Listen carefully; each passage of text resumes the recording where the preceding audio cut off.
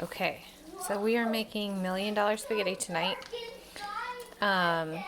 Most of this stuff is stuff that keeps for a long time,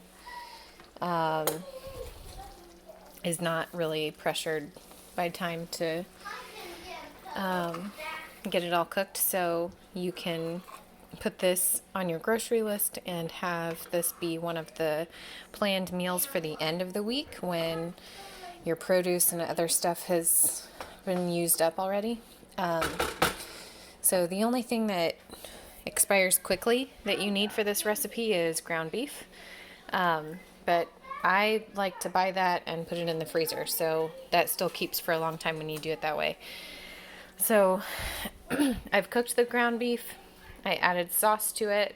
I added some seasoning. You add whatever you want. I had garlic and oregano and Italian seasoning.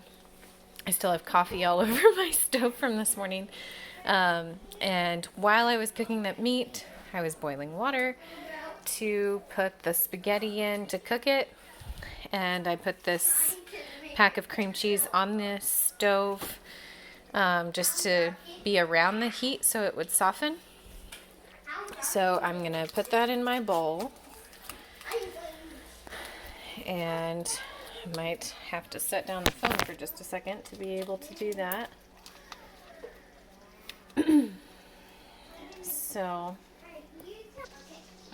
Okay, so we have our cream cheese in our bowl now.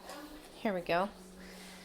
And we're going to add some cottage cheese to the cream cheese. So this is not a dairy-free dinner at all. But my goodness, it tastes good. So I'm going to add probably about 1.5 cups-ish, just about equal parts cream cheese and cottage cheese. So there's that. Stick this back in the fridge and look for some mozzarella.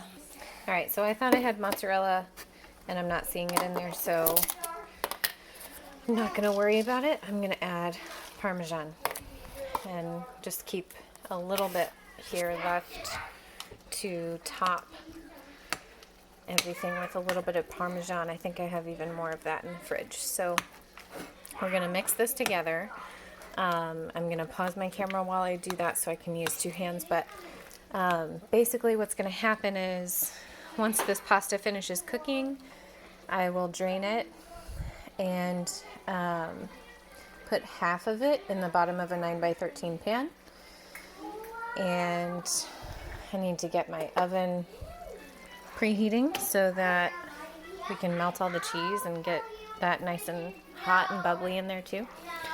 So you put half of the pasta in the 9x13, top it with this cheese mixture, top that again with the rest of the pasta, and then you put this sauce that has meat cooked into it on the top of the pasta, and then you top all of that with some Parmesan. So I'm going to pause this and then we will start assembly. Okay, so we have drained our pasta. I'm going to put half of it into my 9x13 pan.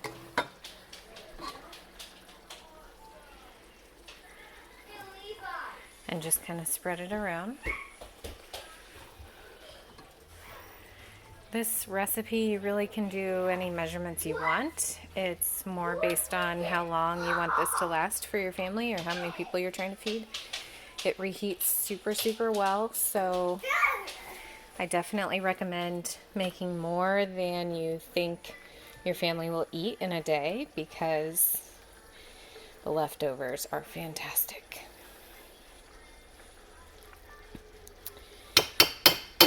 It's also a really nice one for like delivering to new moms or shut-ins or somebody, because everybody likes spaghetti, and you can give them the recipe and they can make it again. and they don't have to eat it the day that you deliver it because it keeps so well.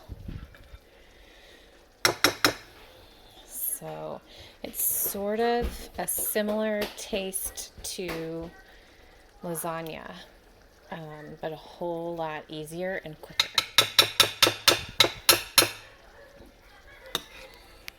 Okay, so I got that all spread on there. It's not perfect, but nobody is even going to see it because we are going to cover it up with even more pasta. And then we're going to cover up that pasta with the meat sauce and a little bit more Parmesan and stick it in the oven for a little bit.